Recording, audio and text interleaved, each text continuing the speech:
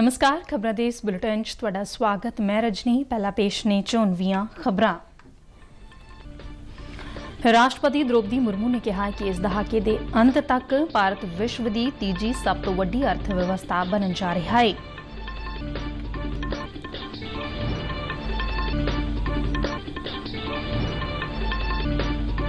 प्रधानमंत्री के अमरीका दौरे तो पहला भारत अमरीका विचाले सकत्तर पद्धर के अधिकारियों वालों मीटिंगां।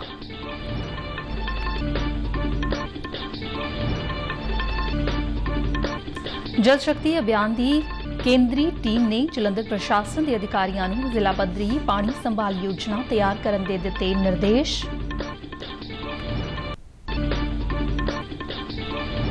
अगले 3 दिन मौसम रहेगा साफ। 11 जून तो फिर मौसम बदलन और बारिश होने का अनुमान। हुण खबरां विस्तार नाल। राष्ट्रपति द्रौपदी मुर्मू ने कहा कि इस दहाके के अंत तक भारत विश्व की तीजी सब तो वड्डी अर्थव्यवस्था बनन जा रहा है। वो कल सर्बिया की राजधानी बेलग्रेड विच भारतीय भाईचारे के इकट्ठ नूं संबोधन कर रहे सन। राष्ट्रपति सर्बिया के 3 दिना दौरे ते ने। भारतीय भाईचारे के समागम शुरू होने तो पहला सारिਆਂ ने ओडिशा के बलासोर विच होए रेल हादसे विच जानां गवाउण वालिਆਂ लई 1 मिनट का मौन रखा।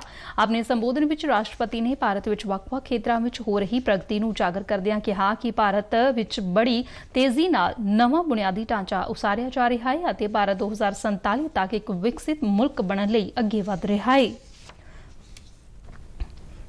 प्रधानमंत्री की अमरीका दौरे तो पहला भारत ते अमरीका विचाले सकत्तर पद्धर के अधिकारियों वालों मीटिंगां कीतियां जा रही ने। एक सरकारी अधिकारी ने दस्सिया है कि IUSTD ने उन्हां तरीकों ते ध्यान केंद्रित किया है जिस नाल दोवें सरकारां सैमीकंडक्टर, पुलाड़ संचार, क्वांटम, आर्टिफिशियल इंटैलीजेंस, रखिया, बायोटेक और होर टैक्नोलॉजियां के व्यापार और विकास की सहूलत दे सकदियां ने। दोवां धिरां ने बहुपक्षी नियात नियंत्रण प्रणालियां विच चल रहे सहयोग की समीक्षा की और साझा करने लई सहमत हुए।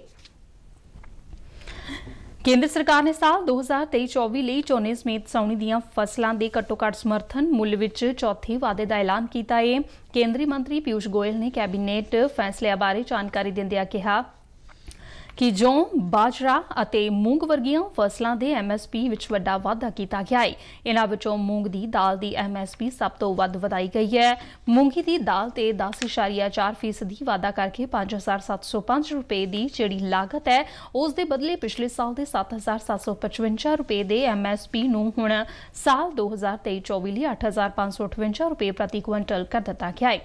इसी तरह मूंगफली ते MSP ते 9%, तिलां ते 10.3%, चोने ते 7%, जवार, बाजरा, रागी, अरहर दाल, उड़द दाल, सोयाबीन, सूरजमुखी की MSP विच लगभग 6 तो 7% का वाधा किया गया है। कैबिनेट ने झोने का MSP 143 रुपए वधा के साल 2023-24 ਲਈ 2,183 रुपए प्रति क्विंटल कर दिता है। कपाह की MSP नूं वधा के 6,620 रुपए प्रति क्विंटल कर दिता गया है। 705 रुपए की जो लागत है उसके बदले 7,755 रुपए मूंग पर निर्धारित थी पिछले वर्ष और अब उसको बढ़ा के 2023-24 के लिए 8,558 रुपए यानी 10.4% की वृद्धि 8,558 मूंग दाल पर नई खरीफ मार्केटिंग सीजन के लिए MSP को सुनिश्चित किया गया है। BSNL की पुनर्सुरजीती लई 99,047 करोड़ रुपए के तीजे पैकेज नूं भी केंद्रीय मंत्रिमंडल ने प्रवानगी दी है। इस विच इक्विटी निवेश राहीं BSNL लई 4G और 5G स्पैक्ट्रम लई अलाटमेंट शामिल है। केंद्रीय मंत्री पीयूष गोयल ने पत्रकार कॉन्फ्रेंस दौरान दस्सिया है कि इस फैसले तहत BSNL की अधिकारत पूंजी 1,50,000 करोड़ रुपए तो वधा के 2,10,000 करोड़ रुपए कर दी जाएगी। केंद्रीय जल शक्ति मंत्री गजेंद्र सिंह शेखावत ने कहा कि केंद्र विच प्रधानमंत्री मोदी की अगवाई वाली सरकार ने देश की प्रणाली और प्रशासन विच लोकां दे विश्वास नूं मजबूत किया है। नवी दिल्ली विच मीडिया नाल गलबात करदिआं उन्होंने कहा कि 2014 मगरों भारत हर खेत्र विच मजबूती नाल अगे वध रहा है। उन्होंने दस्सिया कि सरकार की हर नीति विच राष्ट्र नूं पहले नंबर ते रखा गया है।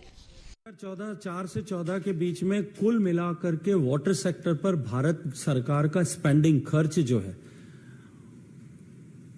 वो पेयजल से लेकर के जो है स्वच्छता से लेकर के पानी में के क्षेत्र में जो है इरिगेशन को लेकर के जल संसाधनों के विकास को लेकर के उनके मॉडर्नाइजेशन के लेकर के जो कुल खर्च हुआ था वो 26,278 करोड़ रुपया था।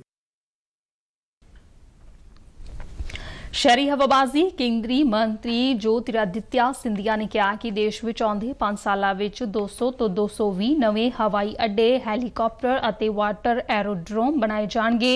ਉਨ੍ਹਾਂ ਕਿਹਾ ਹੈ ਕਿ ਸਰਕਾਰ ਦੀ 9 ਸਾਲਾਂ ਦੀ ਸੇਵਾ, ਚੰਗੇ ਪ੍ਰਸ਼ਾਸਨ ਅਤੇ ਗਰੀਬਾਂ ਦੀ ਭਲਾਈ ਲਈ ਹਵਾਬਾਜ਼ੀ ਖੇਤਰ ਤੇ ਧਿਆਨ ਕੇਂਦਰਿਤ ਕੀਤਾ ਹੈ।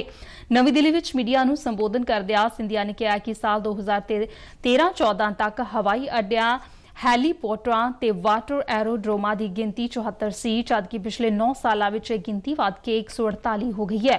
ਉਨ੍ਹਾਂ ਕਿਹਾ ਹੈ ਕਿ ਘਰੇਲੂ ਯਾਤਰੀਆਂ ਦੀ ਗਿਣਤੀ ਵੀ ਪਿਛਲੇ 9 ਸਾਲਾਂ ਵਿੱਚ ਵੱਧ ਕੇ 145 ਮਿਲੀਅਨ ਹੋ ਗਈ ਹੈ। ਉਨ੍ਹਾਂ ਕਿਹਾ ਕਿ ਇਸੇ ਤਰ੍ਹਾਂ ਗ੍ਰੀਨਫੀਲਡ ਹਵਾਈ ਅੱਡਿਆਂ ਦੀ ਗਿਣਤੀ 3 ਤੋਂ ਵੱਧ ਕੇ 14 ਹੋ ਗਈ ਹੈ। ਭਾਰਤੀ ਜਨਤਾ ਪਾਰਟੀ ਦੀ ਕੌਮੀ ਜਨਰਲ ਸਕੱਤਰ ਤਰੁਣ ਚੁੱਘ ਨੇ ਕਿਹਾ ਕਿ ਸੂਬੇ ਦੀ ਰਾਜਨੀਤੀ ਵਿੱਚ ਬਦਲਾਅ ਲਿਆਉਣ ਵਾਲੇ ਮੁੱਖ ਮੰਤਰੀ ਆਪਣੇ ਕੈਬਨਿਟ ਮੰਤਰੀ ਕਟਾਰੂ ਚੱਕ ਦੇ ਖਿਲਾਫ ਕਾਰਵਾਈ ਕਰਨ ਲਈ ਕਿਉਂ ਹਿਚਕਿਚਾ ਰਹੇ ਨੇ। ਕੈਬਨਿਟ ਮੰਤਰੀ ਕਟਾਰੂ ਚੱਕ ਖਿਲਾਫ ਜੋ ਦੋਸ਼ ਹੈ ਉਹ ਬਹੁਤ ਗੰਭੀਰ ਤੇ ਸੰਗੀਨ ਹੈ। SC/ST ਕਮਿਸ਼ਨ ਦੇ ਚੇਅਰਮੈਨ ਵਿਜੇ ਸਾਂਪਲਾ ਨੇ ਮੰਤਰੀ ਕਟਾਰੂ ਚੱਕ ਦੀ ਵਾਇਰਲ ਵੀਡੀਓ ਦਾ ਨੋਟਿਸ ਲੈਂਦਿਆਂ ਹੋਇਆ ਪੰਜਾਬ ਸਰਕਾਰ ਨੂੰ ਨੋਟਿਸ ਜਾਰੀ ਕੀਤਾ ਹੋਇਆ ਹੈ, ਪਰ ਸਰਕਾਰ ਨੇ ਅਜੇ ਤੱਕ ਇਸ ਨੋਟਿਸ ਦਾ ਨਾ ਹੀ ਜਵਾਬ ਦਿੱਤਾ ਹੈ, ਨਾ ਹੀ ਕਟਾਰੂ ਚੱਕ ਖਿਲਾਫ ਕੋਈ ਕਾਰਵਾਈ ਕੀਤੀ ਹੈ। ਪੰਜਾਬ ਦੇ ਰਾਜਪਾਲ ਬਨਵਾਰੀ ਲਾਲ ਪੁਰੋਹਿਤ ਵੀ ਸਰਕਾਰ ਨੂੰ ਨਿਰਦੇਸ਼ ਦੇ ਚੁੱਕੇ ਨੇ ਕਿ ਉਹ ਮੰਤਰੀ ਨੂੰ ਮੰਤਰੀ ਮੰਡਲ ਵਿੱਚੋਂ ਬਰਖਾਸਤ ਕਰਨ, ਪਰ ਸਰਕਾਰ ਨੇ ਚੁੱਪ ਧਾਰ ਰੱਖੀ ਹੈ। ਅਨੈਤਿਕਤਾ ਦੀ ਪ੍ਰਕਾਸ਼ਤਾ ਹੋ ਗਈ ਔਰ ਉਹ ਵੀ ਕੌਣ ਕਰ ਰਿਹਾ ਹੈ? ਪੰਜਾਬ ਸਰਕਾਰ ਦਾ ਮੰਤਰੀ।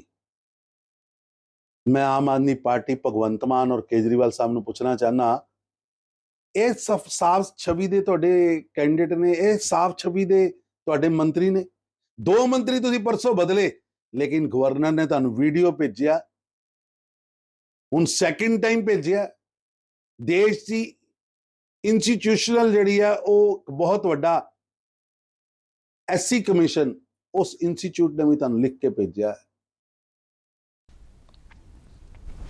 ਜਲ ਸ਼ਕਤੀ ਅਭਿਆਨ ਦੀ ਕੇਂਦਰੀ ਟੀਮ ਨੇ ਬੀਤੇ ਦਿਨ ਜਲੰਧਰ ਪ੍ਰਸ਼ਾਸਨ ਦੇ ਅਧਿਕਾਰੀਆਂ ਨੂੰ ਜ਼ਿਲ੍ਹਾ ਪੱਧਰੀ ਪਾਣੀ ਸੰਭਾਲ ਯੋਜਨਾ ਤਿਆਰ ਕਰਨ ਦੇ ਨਿਰਦੇਸ਼ ਦਿੱਤੇ ਨੇ ਤਾਂ ਜੋ ਧਰਤੀ ਹੇਠਲੇ ਪਾਣੀ ਨੂੰ ਬਚਾਉਣ ਅਤੇ ਸੰਭਾਲਣ ਲਈ ਵਿਆਪਕ ਰੂਪਰੇਖਾ ਤਿਆਰ ਕੀਤੀ ਜਾ ਸਕੇ।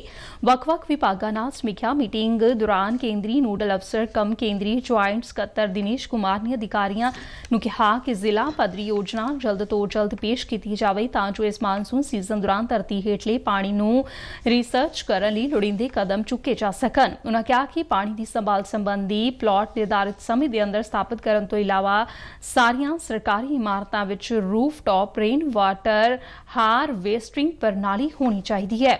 ਸਾਰੇ ਜਲ ਘਰਾਂ ਦੀ ਜੀਓ ਟੈਗਿੰਗ ਕਰਨ ਤੇ ਜ਼ੋਰ ਦਿੰਦਿਆਂ ਕੇਂਦਰੀ ਨੋਡਲ ਅਫਸਰ ਨੇ ਕਿਹਾ ਕਿ ਜ਼ਿਲ੍ਹੇ ਦੇ ਸਾਰੇ ਜਲ ਸ਼ਕਤੀ ਕੇਂਦਰ ਪੂਰੀ ਤਰ੍ਹਾਂ ਸੰਚਾਲਿਤ ਹੋਣੇ ਚਾਹੀਦੇ ਨੇ। ਉਨ੍ਹਾਂ ਕਿਹਾ ਕਿ ਸਾਰੇ ਪ੍ਰੋਜੈਕਟਾਂ ਨੂੰ ਸਮੇਂ ਸਿਰ ਨਿਪੜੇ ਚਾੜਨ ਨੂੰ ਯਕੀਨੀ ਬਣਾਉਣ ਤੋਂ ਇਲਾਵਾ ਨਿੱਜੀ ਭਾਈਵਾਲੀ ਦੇ ਤੌਰ ਤੇ ਪਾਣੀ ਦੀ ਸੰਭਾਲ ਲਈ ਹੋਰ ਪ੍ਰੋਜੈਕਟ ਸ਼ੁਰੂ ਕੀਤੇ ਜਾਣੇ ਚਾਹੀਦੇ ਨੇ।